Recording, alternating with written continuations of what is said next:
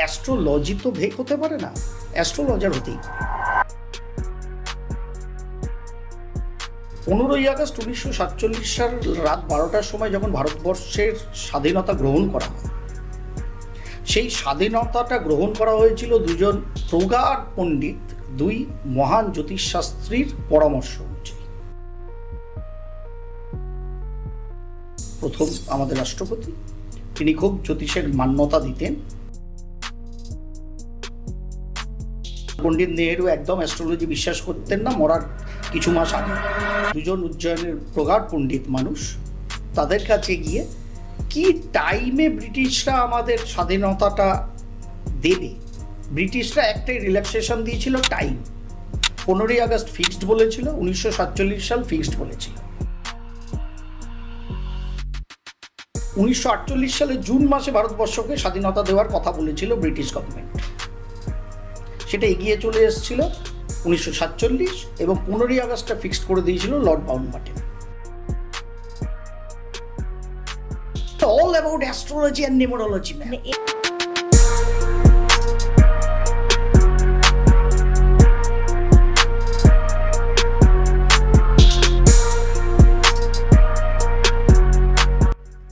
নমস্কার, mythology by রেনেসার পডকাস্টের আরও একটা এপিসোডে আপনাদের সবাইকে স্বাগত।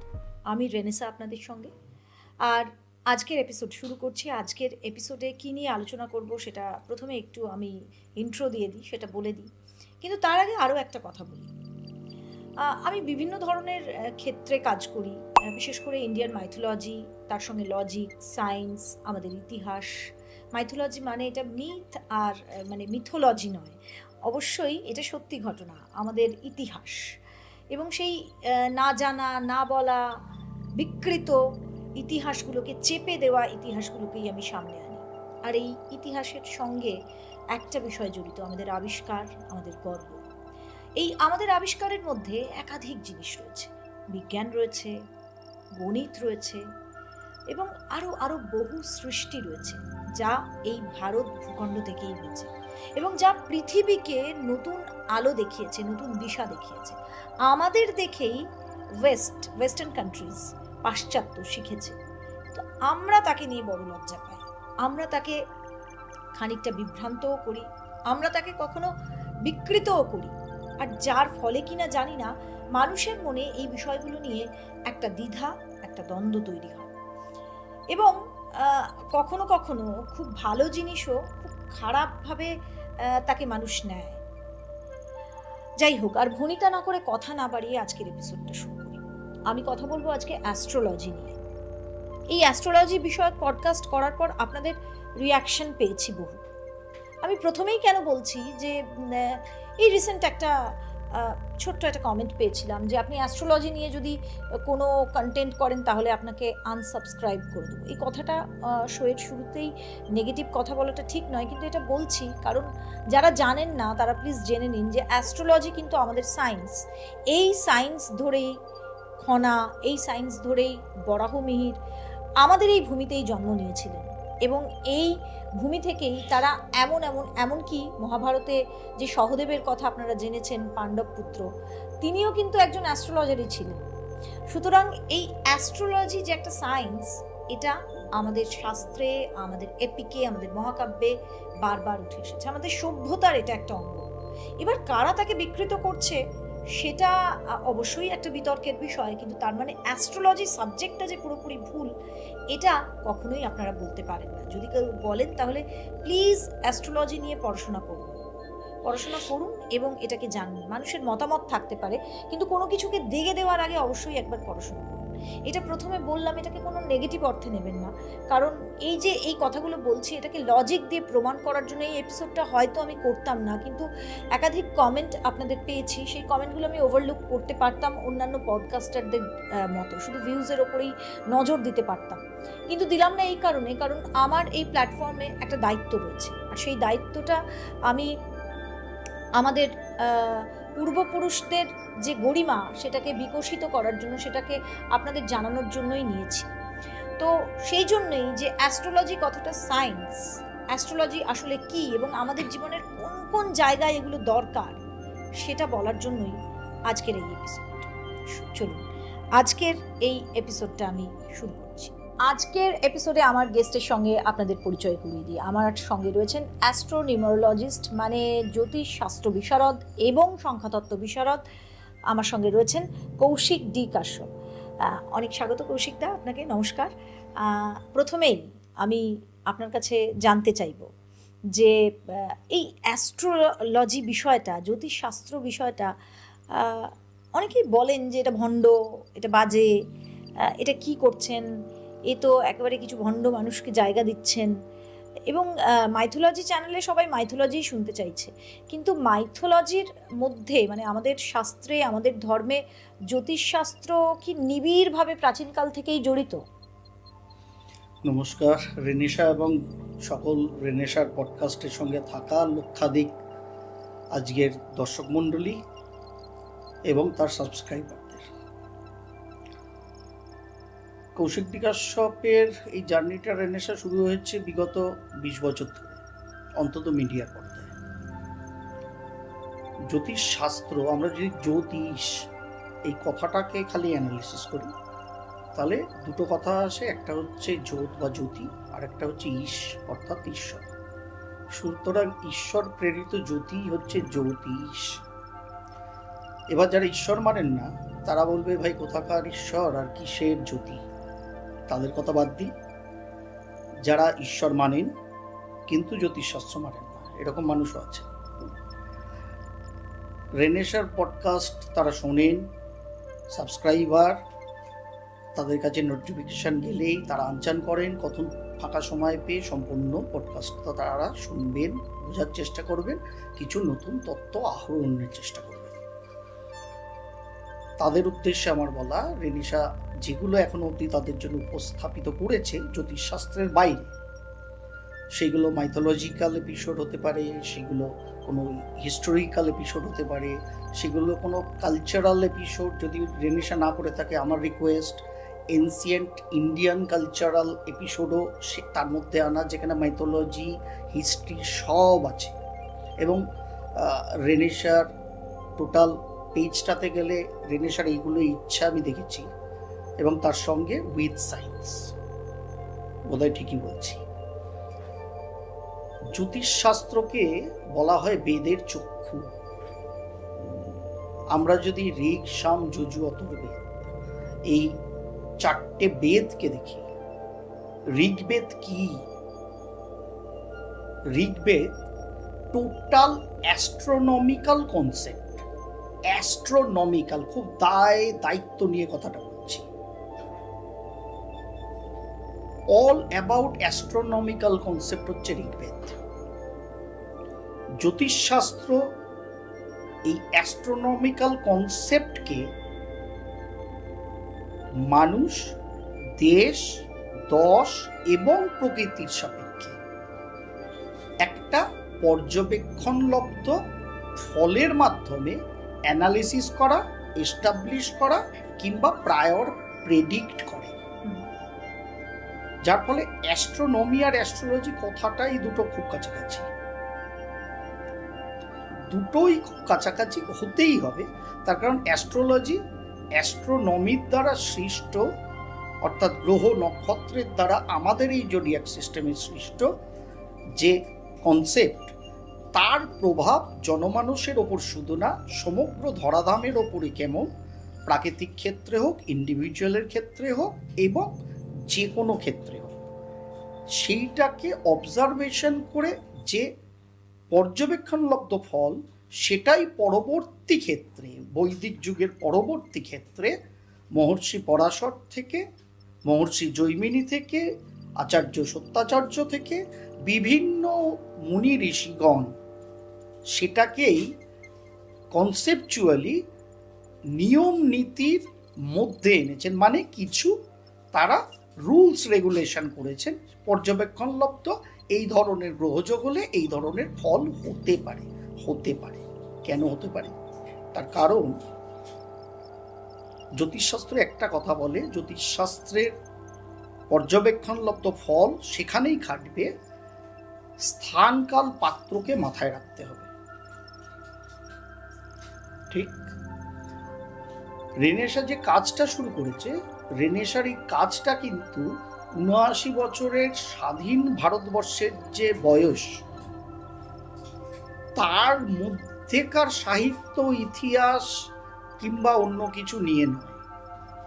রেনেসার কাজটা হাজার হাজার বছর আগের যে ভারতবর্ষ, যেটা ভলগা থেকে সিন্ধু পার হয়ে আজকের ভারতবর্ষের তটে এসে শেষ হয়, সেই ভারতবর্ষের সংস্কার, সেই ভারতবর্ষের মাইথোলজি, সেই ভারতবর্ষের হিস্ট্রি, সেই ভারতবর্ষের তখনকার দিনের প্রকৃত রিলিজিয়াস এফেক্ট বা তার যে কর্ম, তাই না?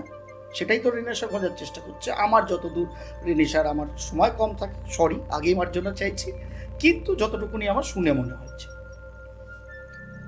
এবার এই কাজটা রেনেসা করছে ভেতরের কোনো তাগিদ থেকে করছে, কোনো চিন্তন থেকে করছে। রেনেসা অনেকটা তার বিভিন্ন সাবস্ক্রাইবার থাকতেই পারে, বিভিন্ন মতাবলম্বী, এবং থাকাটাই ভালো।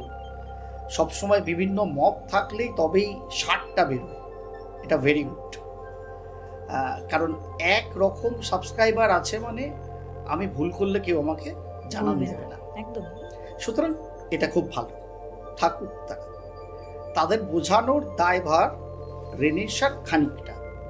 রেনেসা উল্টো প্রান্তে যে জ্যোতিষ শাস্ত্র নিয়ে যারা চর্চা করছে, অ্যাকচুয়ালি তাদের যে অ্যাস্ট্রোলজি ফেক অন্য প্রসঙ্গ, যেটা রেনেসা বলল যে অ্যাস্ট্রোলজি তো ভেক হতে পারে না, অ্যাস্ট্রোলজার হতেই পারে।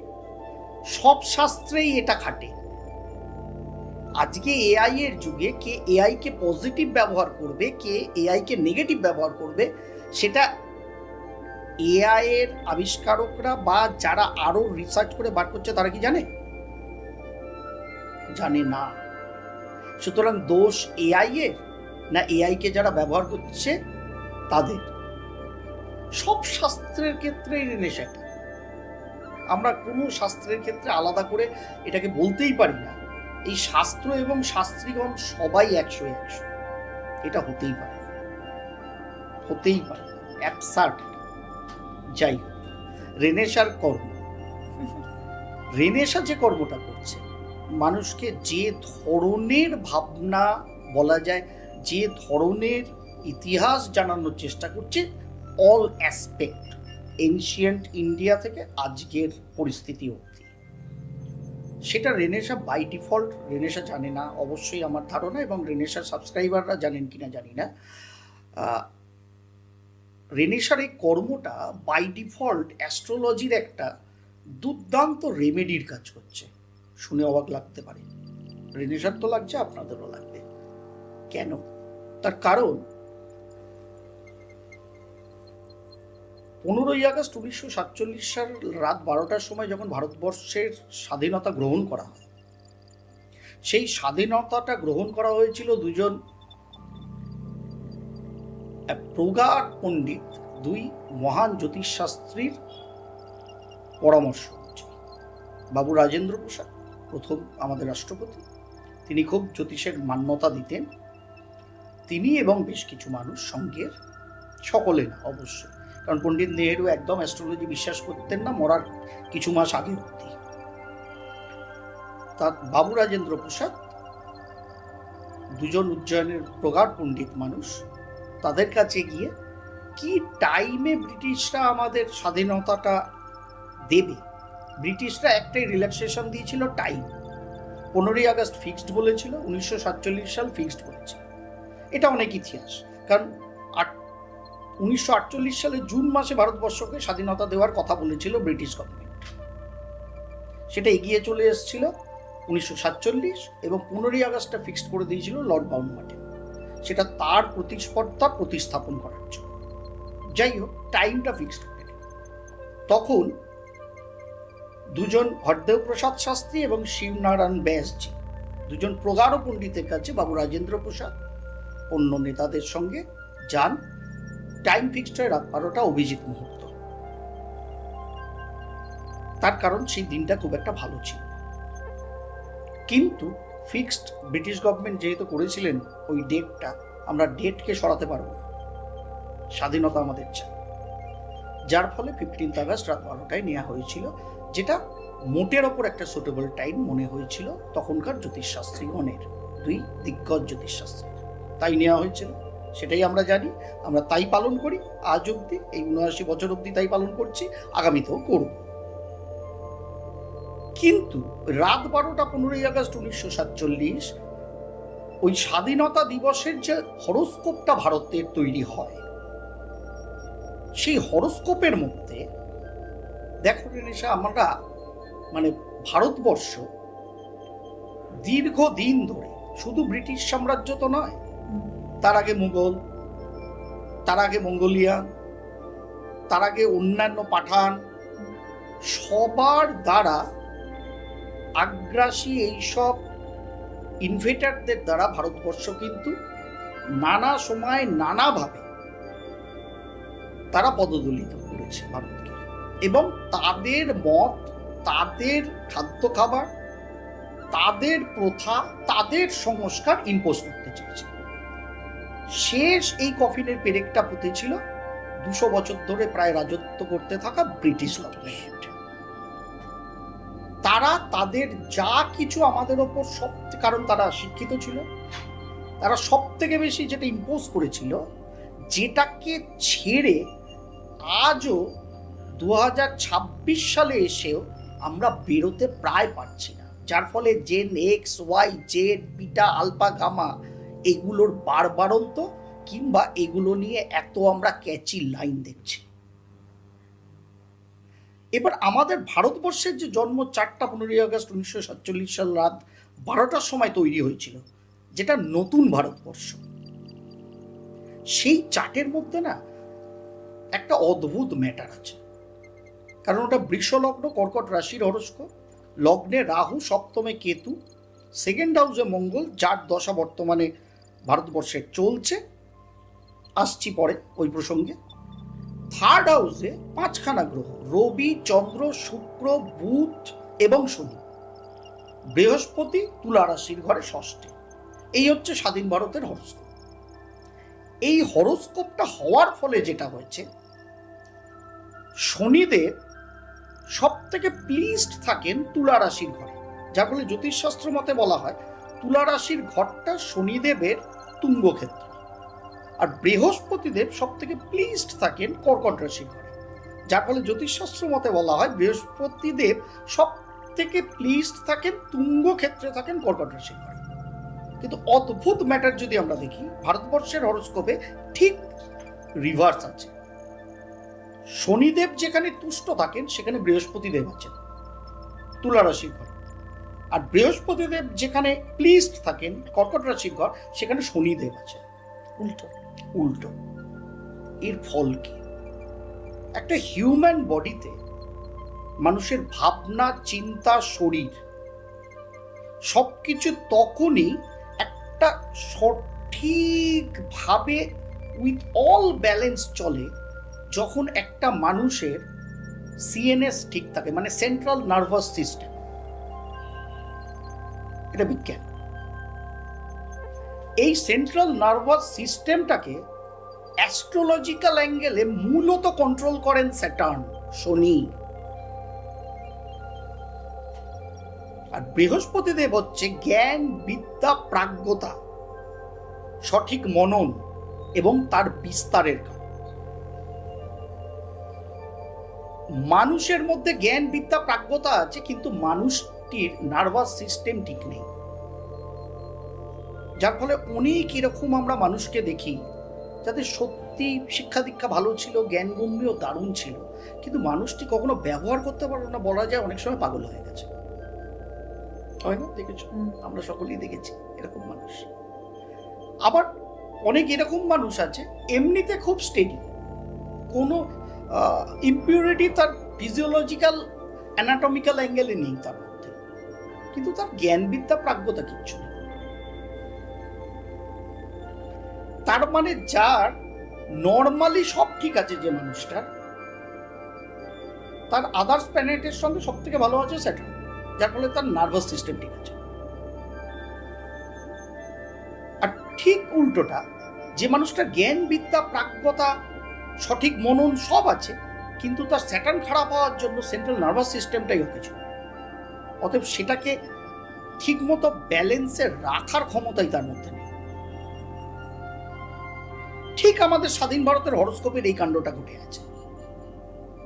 আমাদের দেশ স্বাধীন হয়েছে, একটা অনেক বড় দেশ ছিল, সেখানে অনেক খণ্ডিত হতে হতে লাস্টে দ্বিখণ্ডিত হয়েছে পাকিস্তান। আমাদের আগে স্বাধীনতা নেবে এবং পাকিস্তান পাই একটা কথা বলি, যেহেতু তুমি মাইথোলজি রিলিজিয়ান এসব নিয়েও কাজ করো, তাই বলি, আমরা জ্যোতিষশাস্ত্রের মত নিয়ে রাত 12টায় নিয়েছিলাম অভিজিৎ মুহূর্তে স্বাধীনতাটা। পাকিস্তান কিন্তু একটা ব্যাপারেই ফিক্সড ছিল যে আমাদের আগে চাই। সেই আগে থাকার কারণ হচ্ছে সেই সময় রমজান মাস চলছিল এবং রমজানের 27তম দিন মুসলিম ধর্মাবলম্বী লোকেরা মনে করে খুব পবিত্র দিন। সুতরাং সেই ধার্মিক ভাবনার ওপর মোহাম্মদ আলী জিমন্যাস্টিক করেছিলেন। যদি 15ই আগস্টে, কারণ করাচির টাইম জোন আধ ঘন্টা পরে, সুতরাং আমরা 12টায় নিয়ে ওরা যদি 12টায় নেয় তাহলে 12:30 চলে যাবে, সুতরাং আগে নিতে হবে। সেই জন্য ওদের 14th আগস্ট, আমাদের আধ ঘন্টা আগে, কিন্তু 12টাতেই হচ্ছে, কিন্তু করাচিতে তখন 11:30।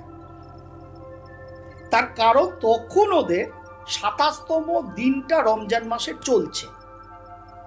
সুতরাং দে আর স্টিক অন, মানে মূলত ধার্মিক কারণ। আমরা ভারতবাসীরা, ভারতবর্ষের সরকার, কোন নেতা তখন, কারণ সর্দার বল্লভভাই প্যাটেলও খুব একটা বেশি জ্যোতিষশাস্ত্র মানতেন না, মানি না এরকম পর্যায়ে ছিল। পণ্ডিত নেহরু মানতেনই না, কিন্তু বাবু রাজেন্দ্র প্রসাদ এবং অনেকেই মানতেন, যারা এটাকে করেছিলেন।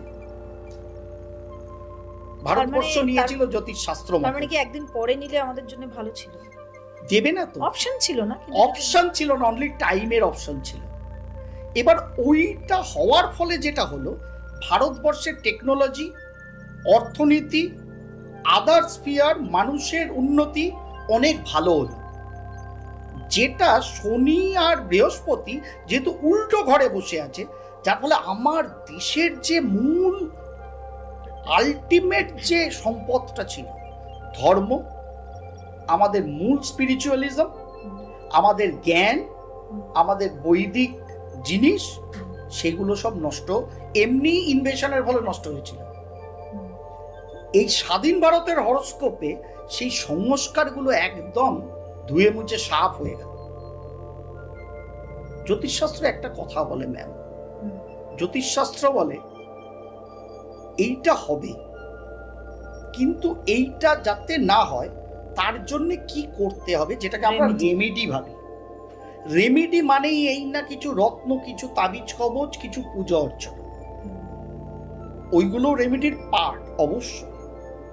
কিন্তু আজকে রেনেসা যে কাজটা শুরু করেছে, যেহেতু আমাদের মূল সমস্যাটা কোথায় হচ্ছে, সংস্কারে, আমাদের প্রকৃত জ্ঞানে, যেটা আমাদের ছিল, যেটা আমাদের সম্পদ, সেটাকে আমরা ভুলে তো গেছি। আজকে জেনজির চক্করে আরো ভুলতে বসেছি, এআই চক্করে আরো ভুলতে বসেছি। রেনেসা জেনে না জেনে সেইটাই মানুষের মধ্যে জাগৃতি করার চেষ্টা করছে। অ্যাকচুয়ালি আমার মতে, being an astrologer, it's a very good job done by you, ma'am. Thank you. তার কারণ ভারতবর্ষের ওই জায়গাটাকে আমাদের যদি ঠিক করতে হয়, তাহলে আমাদের প্রকৃত শিক্ষা, আমাদের সংস্কার, আমাদের যে প্রকৃত আধ্যাত্মের সম্পদ, প্রকৃত, দ্যাট ইজ নট কোনো পার্টিকুলার ধর্ম, অ্যাকচুয়াল সনাতন বৈদিক জিনিস, সেটাকে আস্তে আস্তে আনতে হবে। তাহলে একমাত্র আমরা জগৎ সভায় প্রকৃত আসন নিতে গেলে, যদি আমার অ্যাকচুয়ালি সিদ্ধান্তটাকে তো সলিড হতে হবে, সেইটা আসে সংস্কার থেকে, সেটা আসে প্রকৃত জ্ঞান থেকে, সেটা আসে প্রকৃত বিদ্যা থেকে, সার্টিফিকেট ওলা না। সুতরাং সেটাকে আমাদের পেতে হয়। সুতরাং রেনেসার এই কর্ম স্বাধীন ভারতের হরোস্কোপে যে ত্রুটিটা আছে, সেটার জন্য বাই ডিফল্ট দুর্দান্ত। সুতরাং এটাকে আরো বেশি করে চালাতে হবে, কারণ আর্য সমাজের প্রতিষ্ঠাতা দয়ানন্দ সরস্বতীর নাম নিশ্চয়ই তুমি শুনেছ। তিনি ব্রিটিশ পিরিয়ডে যে কাজটা শুরু করেছিলেন সেটা হচ্ছে বেদকে সহজ সরলভাবে মানুষের মধ্যে যাতে পুনরায় প্রচলন এবং প্রবর্তন করা যায়। কেন করেছিলেন? কারণ ব্রিটিশ রাজের ইনভেশনে তিনি বুঝতে পেরেছিলেন ভারতের মূল যেটা ভাঙা হচ্ছে সেটা সংস্কার। সেই চেষ্টাটা তিনি করেছিলেন। আজকে দয়ানন্দ সরস্বতীর মতো ফিলোসফার রেনেসা বা কৌশিক বিকাশ সব হয়তো নন, কিন্তু আমরা আমাদের এই ক্ষুদ্র ক্ষমতা দিয়ে পজিটিভ ওয়েতে যতটুকুনি আমরা জানি এবং আরো ভালো করে জেনে সেটা তো চেষ্টা করতেই পারি। সেটা শুধু আমার স্বার্থে কাজে দেবে না, সেটা দেশমাতৃকার স্বার্থে কাজে দেবে। সুতরাং সেখানে জ্যোতিষশাস্ত্র আর ধর্ম যারা বলে আলাদা, অ্যাকচুয়ালি তারা কি ধারণ করছে সেটাই তারা জানে না। ধর্ম সেটাই যেটা আমি ধারণ করলে আমাকে পুষ্টি দেবে, শুধু আমাকে পুষ্টি দেবে না, আমার সঙ্গে আরো জনগণকে, আমার পরিবারকে, আমার সমাজকে, সকলকে পুষ্টি প্রদান করবে, তবে দ্যাট ইজ ধর্ম। সেই সময়টাকে আপনি ধরছেন, সেই সময়ে অ্যাস্ট্রোলজিক্যাল একটা পয়েন্ট ভেবে তবে স্বাধীনতা নেওয়া হয়েছিল। কিন্তু আমি আপনার কাছে জানতে চাইবো যে সেই সময় মানুষ ওই সময়টায়, স্বাধীনতার ওই মুহূর্তটা বা তারও একটু আগে, অ্যাস্ট্রোলজিক্যাল পাওয়ার এটাতে বিলিভ কতটা ছিল, বিশ্বাস কতটা ছিল আমাদের নেতাদের? না, বিশ্বাস তো ওই যে আগেই বললাম শুরুতে, যে বিশ্বাস সবাই করতেন তা না, আজকের দিনও সবাই করেন তা না, আবার তখনও প্রচুর মানুষ করতেন, আজকেও অনেক মানুষ করেন। কখনোই একটা দলে তো সবাই যাবেন না, এটা নিজের বিলিফ সিস্টেম, হতেই পারে কেউ বিশ্বাস করেন কেউ করেন না। কিন্তু তখন মানে এটা একজন বিখ্যাত তখনকার দিনে রাজনৈতিক প্রেক্ষাপটে রাজনৈতিক নেতাদের কাছে থাকা, স্বাধীনোত্তর সময় বা প্রাক স্বাধীনতার সময় একজন বিখ্যাত সাংবাদিকের একটি বই আছে, বুঝলেন তো, India from Curzon to Nehru and after, মাননীয় দুর্গা দাস জির লেখা। তার বইকে বা তার লেখার পৃষ্ঠাগুলোকে যদি আমি আপনার সামনে কোট করি, তিনি বলছেন যে যেহেতু বাবু রাজেন্দ্র প্রসাদ মানতেন এবং সেই সময় আমাদের একজন ইনফরমেশন মিনিস্টার ছিলেন সত্যনারায়ণ সিনহা, তিনিও খুব মানতেন। একবার সর্দার বল্লভভাই প্যাটেল এরকম লোকসভা সেশন তখন চলছে, সেই সময় তাকে জিজ্ঞাসা করেন যে তোমার ওই পর্চিওয়ালা কি বলছে। তারা ওই হরস্কোপ যেহেতু করা হয় ওরকম আগে তো করা হতো, সেই জন্য সে পত্রিওয়ালা কি বলছে। তা তখন সত্যনারায়ণ সিনহা সর্দার প্যাটেলকে বলেছিলেন টিটি কৃষ্ণামাচারী যে পজিশনে আছেন সেখান থেকে তার জ্যোতিষশাস্ত্রী বলেছেন তিনি একদম মাটিতে পড়বেন আর কি, পোস্ট ওয়াইজ দেখা যায় কিছু। এবং তার সঙ্গে তদানীন্তন আমাদের যে শিক্ষামন্ত্রী ছিলেন মৌলানা আবুল কালাম আজাদ, তিনি সেই দিনই বাথরুমে পড়ে যাবেন। পরবর্তী ক্ষেত্রে 58 সালে একটা করাপশন চার্জে টিটি কৃষ্ণমাচারী আলটিমেট অপসারিত হন এবং সত্যি সত্যি সেই দিনই আবুল কালাম আজাদ কিন্তু বাথরুমে পড়ে যান, যাকে দেখতে তদানীন্তন পশ্চিমবঙ্গের মুখ্যমন্ত্রী ডাক্তার বিধানচন্দ্র রায় নেহেরুর বার্তা পেয়ে যান এবং দেখেন, বলেন ঠিক আছে বেশ। কিন্তু পরের দিন সেশনে যখন আবার সত্যনারায়ণ সিনহার সাথে দেখা হয় সকলে, তখন পণ্ডিত নেহেরু বলেন যে বিধান বাবু এসে দেখে গেছেন এবং বলেছেন কোনো প্রবলেম নেই। কিন্তু সর্দার বল্লভভাই প্যাটেলকে সত্যনারায়ণ সিনহা বলে যে আমার জ্যোতিষশাস্ত্রে কিন্তু এখনো যা বলেছেন সেই জায়গায় তিনি স্ট্রিক্ট করে আছেন, যে উনি কিন্তু যেদিন বাথরুমে পড়বেন তারপর থেকে 4 দিনের বেশি বাঁচবেন না। সে কি? এবং it is fact. Ultimate Bidhanchandra রায়ের মতো ডাক্তারও দেখে এসেছিলেন, বলেছিলেন কোনো অসুবিধা হবে না, কিন্তু আলটিমেট উনি কিন্তু সেই 4 ডেজেই মারা যান। This is called astrology. যদি স্থান কাল পাত্র পরিবেশ পরিস্থিতি অনুযায়ী সঠিক ডেটা কোনো অ্যাস্ট্রোলজার পায় এবং প্রকৃত অ্যাস্ট্রোলজির ওপর দখল তার থাকে, তাহলে সে বলতে পারে।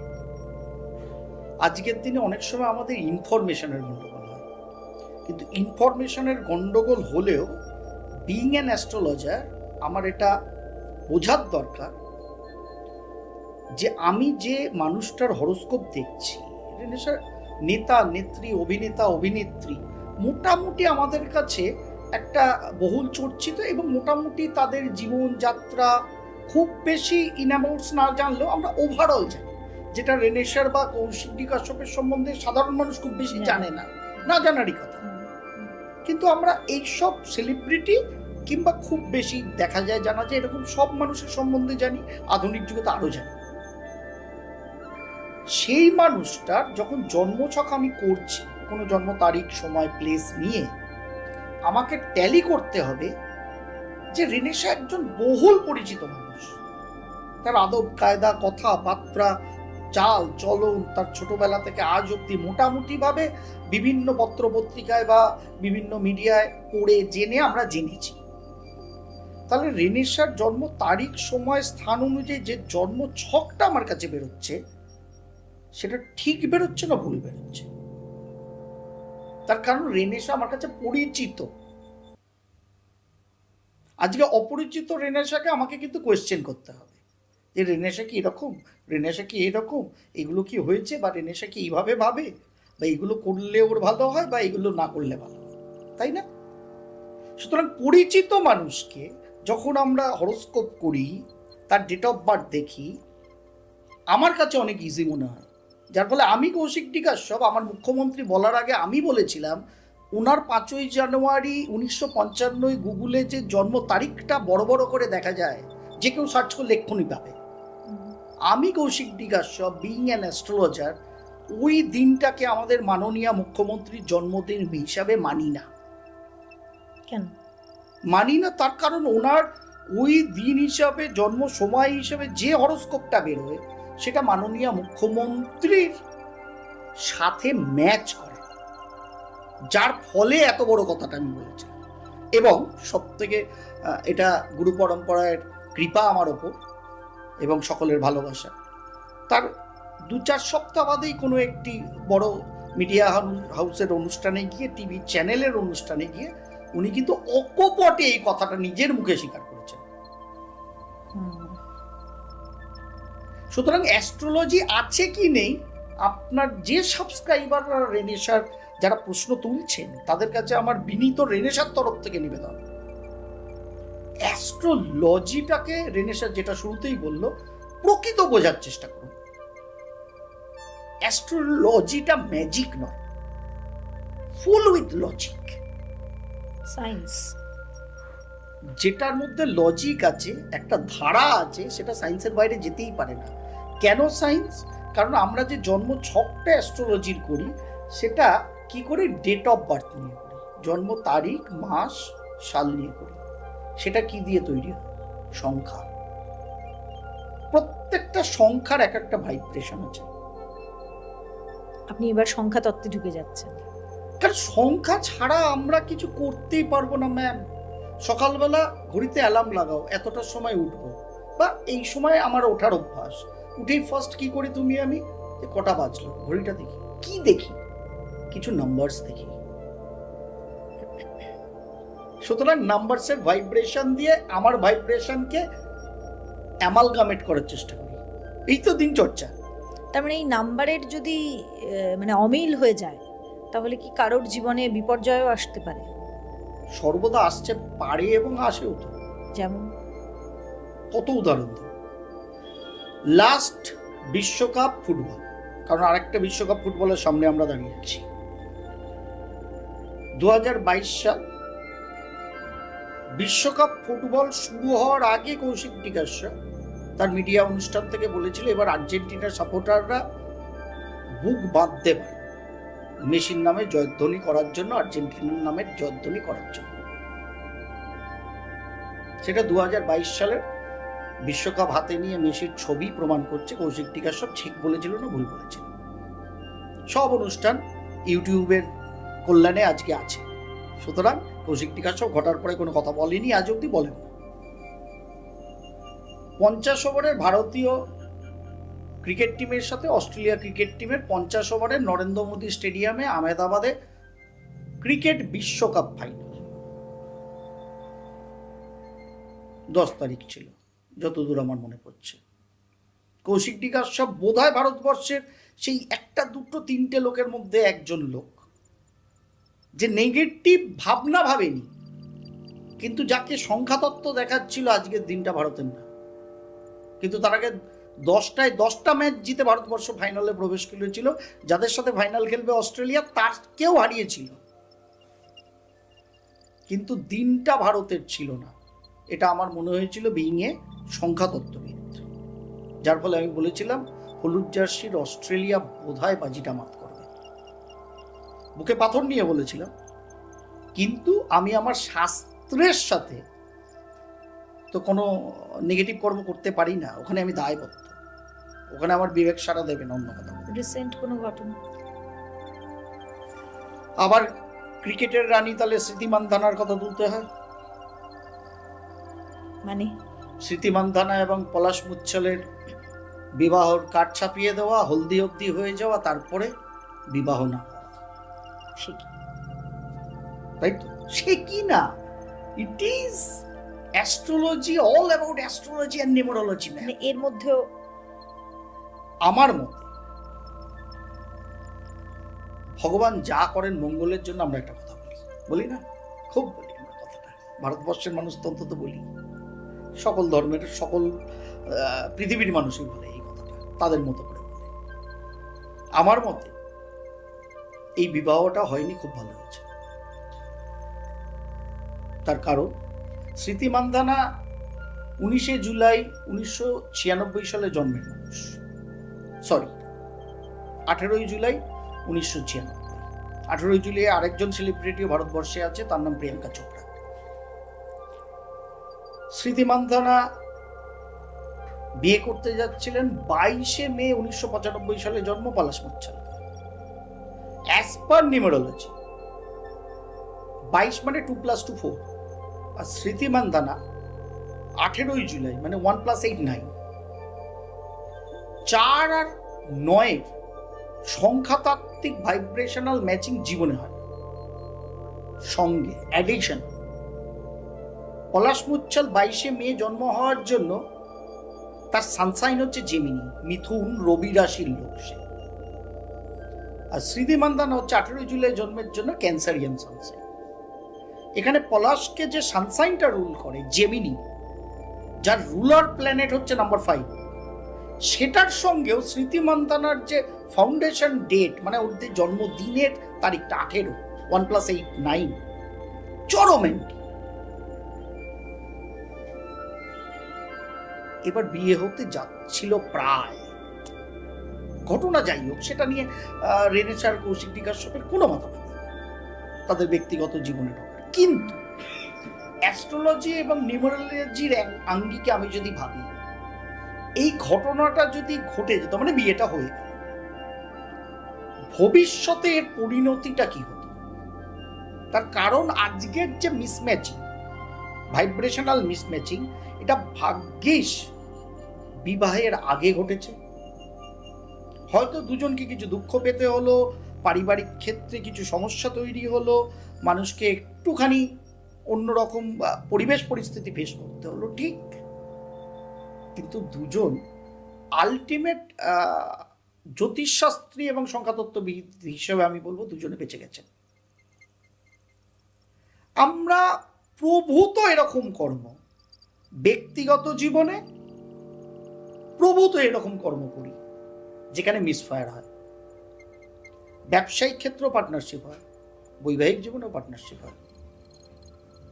আমরা কোনো কাজ করতে যাচ্ছি, সেই কাজটা যখন করতে যাচ্ছি সেই কাজটারও কোনো নাম থাকে, মানে আমাদের সংস্থা এই যে পডকাস্ট উইথ রেনেশা, তাই না?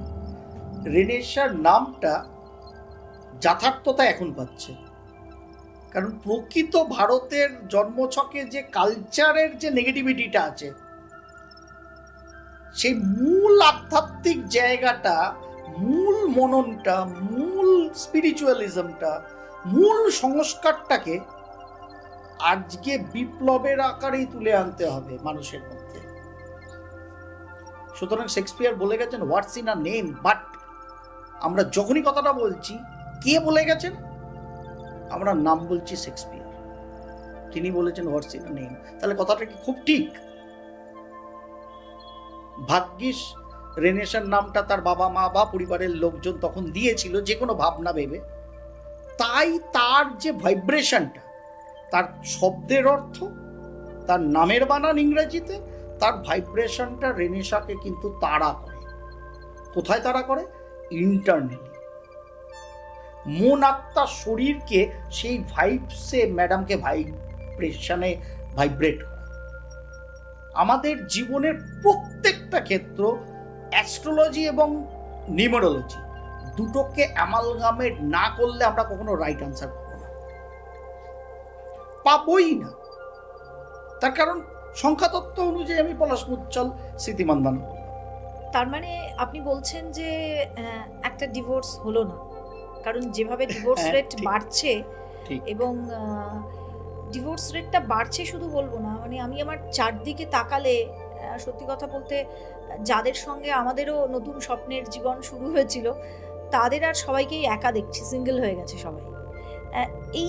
এই হারে যে ডিভোর্স রেট বাড়ছে, এটাও কি অ্যাস্ট্রোলজিক্যালি কানেক্টেড? অ্যাস্ট্রোলজিক্যালি কানেক্টেড তো ম্যাম আমরা ডাইরেক্টলি বলতে পারি না, এটা পরিবেশের প্রভাব। কিন্তু ম্যাম যেভাবে এই পডকাস্টের কন্টেন্টগুলোকে বেছে নিচ্ছে, যেখানে আমরা বললাম আগে যে স্বাধীন ভারতের যে জন্মছকে যেখানটা সমস্যা আছে, সেগুলোকে মেরামত করতে গেলে আমাদের প্রকৃত ধর্ম, প্রকৃত সংস্কার, প্রকৃত ইতিহাসটা জানতে হবে। তাহলে আমাদের যে বাহ্যিক প্রভাবে আমরা জর্জরিত, সেটাকে আস্তে আস্তে আমরা সরাতে পারব।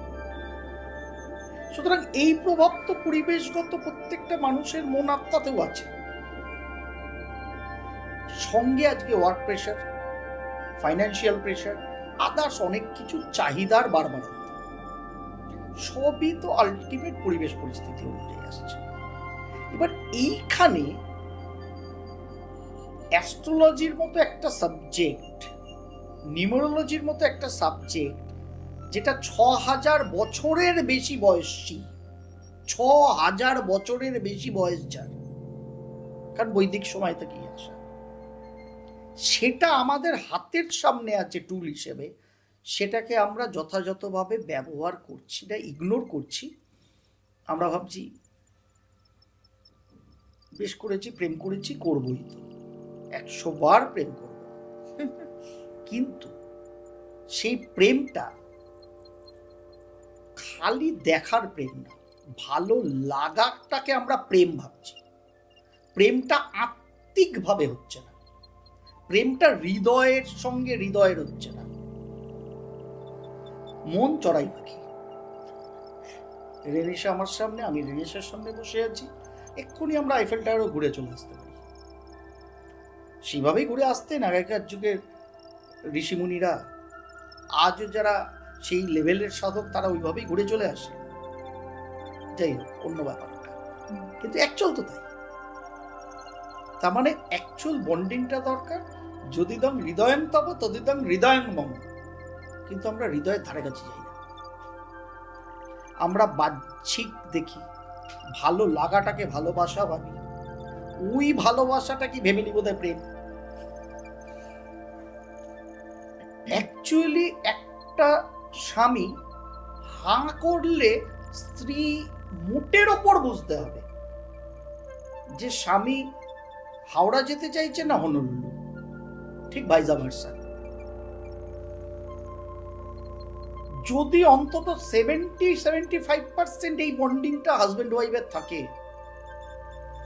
তাহলে আজকে ডিভোর্সটা এমন একটা জায়গায় ম্যাম গেছে, যেহেতু 2011 আমাদের লাস্ট সেন্সাস হয়েছে, যার ফলে গুগল বাবাকে আবার যদি আমরা জিজ্ঞাসা করি, দেখাবে ভারতবর্ষের 1% মাত্র ডিভোর্স রেট। কিন্তু as per Indian today news, বলতে অসুবিধা নেই তো, ইন্ডিয়া টুডে নিউজ এবং তাদের পোর্টাল, আমি দরকার পড়লে দিয়েও দিতে পারি তোমার দর্শকদের স্বার্থে তার লিঙ্ক।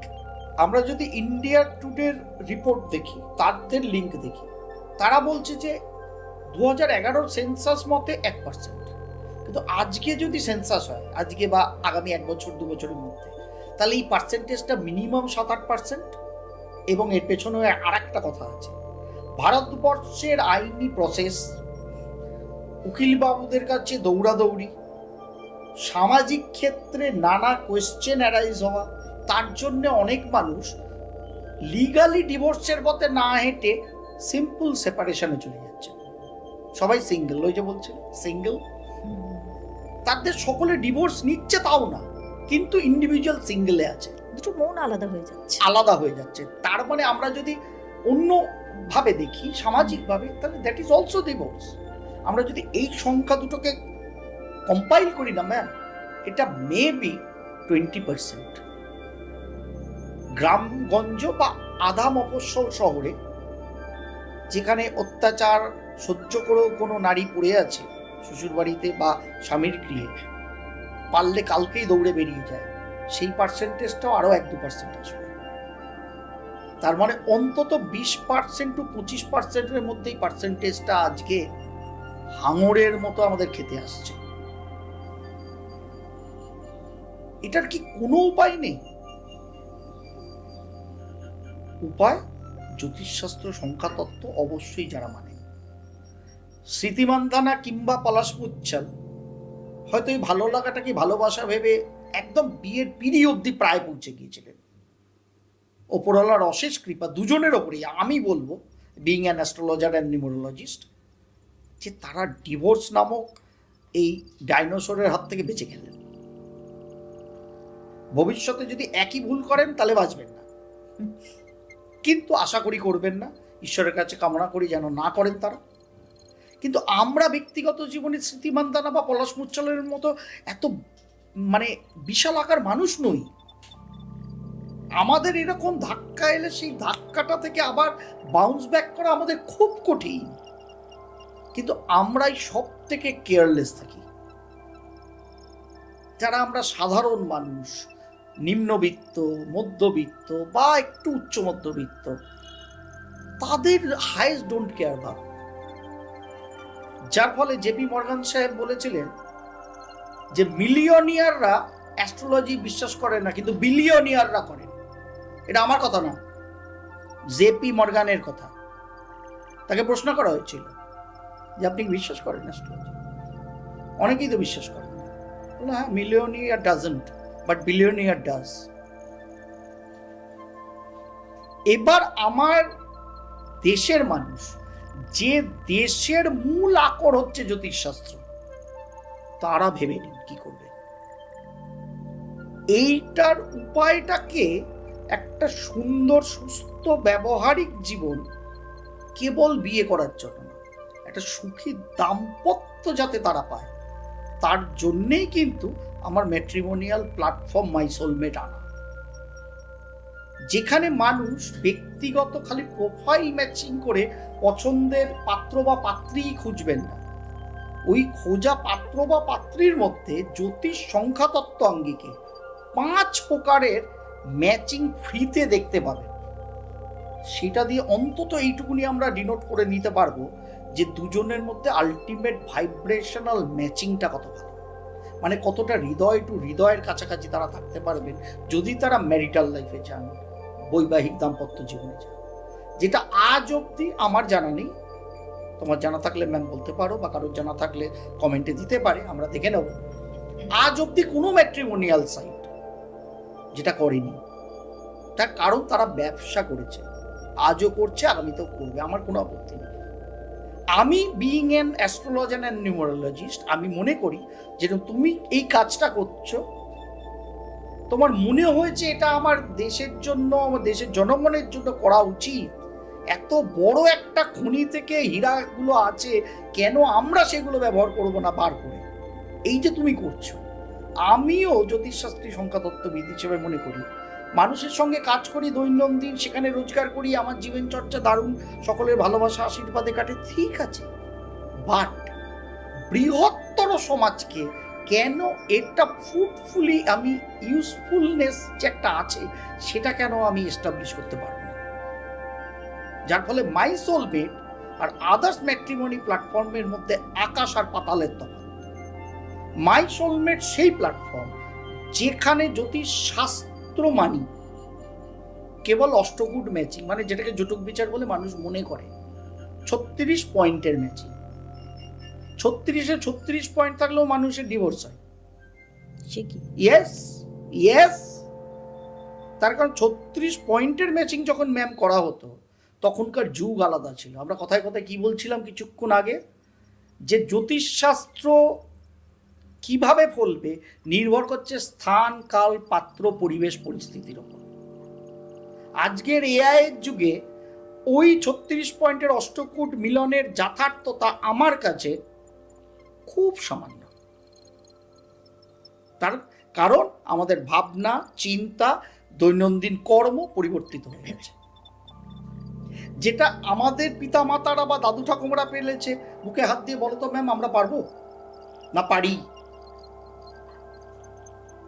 পারি না, তার পেছনেও যুক্তি আছে। কিন্তু বর্তমান আর্থসামাজিক পরিবেশ পরিস্থিতি, অনেক কিছু ইচ্ছা থাকে কিন্তু পেরে উঠছি না। তার কারণ চাপ।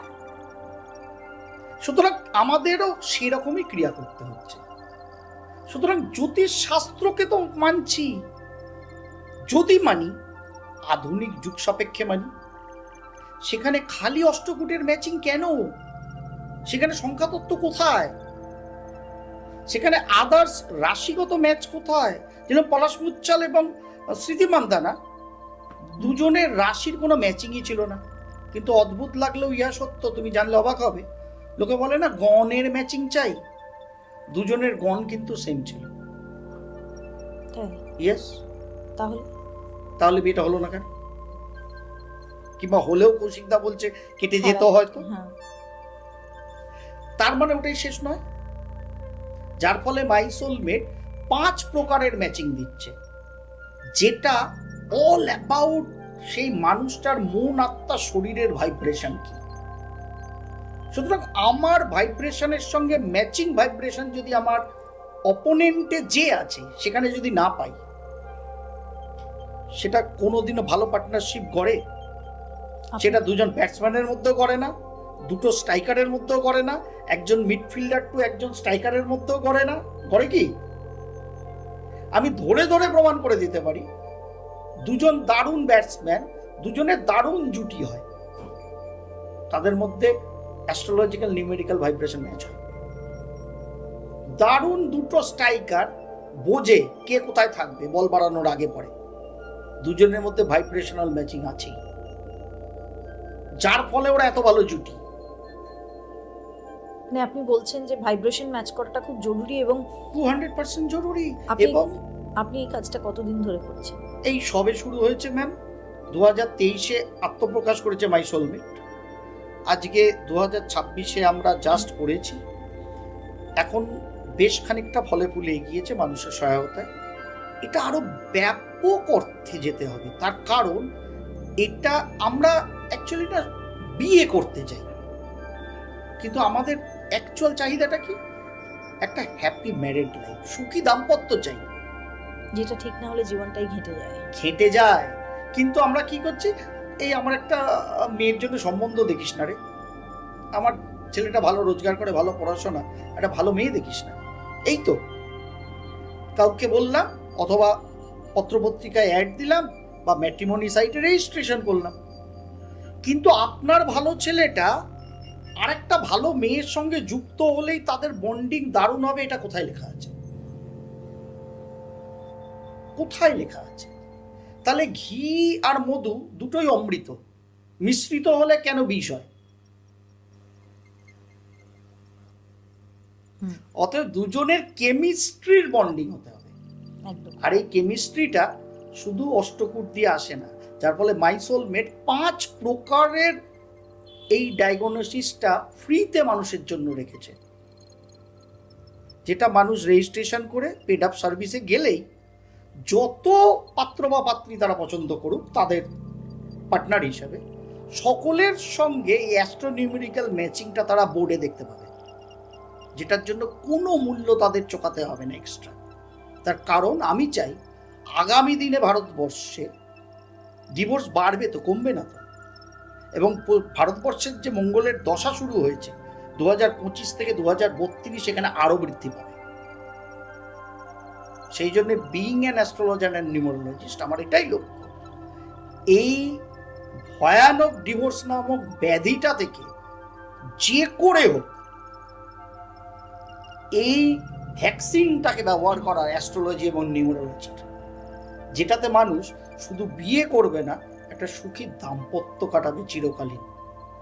এটাই আমার চাই, তার জন্যই মাই সোলমেটকে আনা। সুতরাং আজকের এই এপিসোডটা থেকে আমার মনে হয় যেটা কৌশিকদা আপনাদের কাছে নিয়ে আসতে চাইলো, যে এমন একটা প্ল্যাটফর্ম, যে প্ল্যাটফর্ম থেকে আপনারা একটা, আমি কি বলতে পারি, যে একটা সুখী দাম্পত্য জীবন পেতে পারেন, এমনটা দাবি করলেন তিনি। তবে একটা কথা বলি, যে আমার মনে হয় এই যে দাবিগুলো করা হয়, এগুলোতে আপনাদের অনেকেরই বিভিন্ন সময় বিভিন্ন জনের সন্দেহ হয়, কিন্তু সেখানেও একটা ফ্যাক্টর আসে, সেটা হলো যে সেটাকে যাচাই না করলে, একবার সেটাকে গ্রহণ না করলে আমরা কিন্তু বুঝতে পারি না যে জিনিসটা কোনো কাঁচের গ্লাসে যদি জল থাকে, জলটা ঠান্ডা না গরম। সুতরাং যাচাই করার জন্যও কিন্তু আমাদের সেটা প্রয়োগ করতে হয়, সেটা গ্রহণ করতে হয়, তবেই আমরা বুঝতে পারি। আজকের এই এপিসোডটা আমি এখানেই শেষ করি। আমার মূল উদ্দেশ্য ছিল এখান থেকে আপনাদের একটা বার্তা দেওয়া, যে অ্যাস্ট্রোলজি আসলে কি। অ্যাস্ট্রোলজি শুধুমাত্র যেভাবে, হয়তো কিছু মানুষ অবশ্যই প্রতারিত হন বলেই তারা বলেন, কিন্তু কোথাও বোধহয় এই ক্যালকুলেশনে, গাণিতিক ক্যালকুলেশনে একটা ভুল হয়ে যায়, আর ভুল হয়ে যায় বলেই তখন কিছু জিনিস আমাদের মেলে না, তখনই আমাদের রাগ হয়, ক্রোধ হয়। যেমনটা হয়, আমরা তো পয়সা দিয়ে কোনো একটা বিষয় জানার জন্য যাই, বা কখনো নিজের অনেকটা সমর্পণ করে তবে কিছু তো জানার চেষ্টা করি, সেটা না হলে তো খারাপ লাগবেই, এবং সেটা অনেক ক্ষেত্রে আমাদের বিপর্যয়ও ডেকে আনে। সুতরাং বিষয়গুলো এখানে রয়েছে, সেই বিষয়টা কোনটা ঠিক কোনটা ভুল যাচাই করার দায়িত্বটা কিন্তু আপনারই। আমাদের এই ছোট্ট প্ল্যাটফর্ম থেকে আমাদের একটাই দায়িত্ব, যে আপনাদের সামনে এই দরজাগুলো খুলে দেওয়া, কিন্তু ওই যে বললাম, যাচাই করার দায়িত্বটা আপনাদের। সুতরাং আপনারা ভালো থাকুন। আপনাদের যারা নতুন জীবন শুরু করছেন এই নতুন বছরটায়, তারা আরও সুন্দরভাবে এই জীবনটা শুরু করুন। যদি এই 5টা বিষয়ের কথা উনি বললেন, এই 5টা বিষয়কে যাচাই করার ফলে যদি আপনাদের জীবনটা সুন্দর হয়, এবং সেটা যদি আপনারা যাচাই করতে চান, তাহলে অবশ্যই আজকের এই পডকাস্টটা আপনাদের কাছে এটা একটা খুব গুরুত্বপূর্ণ এপিসোড বা আখ্যান হয়ে যাবে। যাই হোক, আপনারা সবাই যাচাই করে নেবেন। আমার কাজ শুধু এটাকে আপনাদের সামনে তুলে আনা। একটা কথা বলছি, যে এই সংক্রান্ত সমস্ত বিষয়টা আপনারা কিন্তু ডেসক্রিপশন বক্সে ক্লিক করলেই দেখতে পাবেন। ডেসক্রিপশন বলে যে বক্সটা থাকে, তার ভিতরেই আপনারা কিভাবে এই বিষয়টা যাচাই করতে পারবেন, আপনারা কিভাবে এর মধ্যে ঢুকতে পারবেন, আপনারা যদি কেউ চান, সেটার পুরো ডেসক্রিপশন বক্সেই দেওয়া থাকবে। সুতরাং যদি কৌশিকদার সঙ্গেও আপনারা যোগাযোগ করতে চান, আপনারা যোগাযোগ করতে পারেন। আর সবশেষে বলি, যে যাদের এই পডকাস্টটা ভালো লাগলো, অবশ্যই তারা এই কমেন্ট সেকশনে লিখে জানাবেন। যারা ওনার সঙ্গে যোগাযোগ করতে চান, সেটাও কিন্তু আপনারা ডিসক্রিপশন বক্সে পেয়ে যাবেন।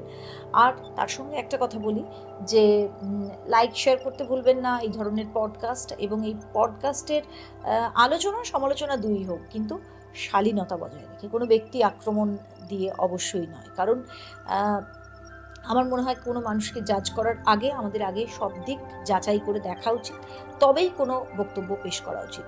একজন নাগরিক হিসাবে এইটুকু দায়িত্ব তো আমাদের অবশ্যই থাকা উচিত, এবং আমাদের ভারতবর্ষ, আমাদের দেশ আমাদেরকে এই শিক্ষাগুলো, এই সংস্কৃতিগুলোই শিখিয়েছে। আজকের এপিসোড এখানেই শেষ করছি। সবাই ভালো থাকবেন। আরও একটা এপিসোড নিয়ে হাজির হয়ে যাব। চ্যানেলটা সাবস্ক্রাইব করতে ভুলবেন না। আর যেটা বললাম, যে অবশ্যই লাইক, শেয়ার আর কমেন্ট করতেও ভুলবেন না। নমস্কার। নমস্কার।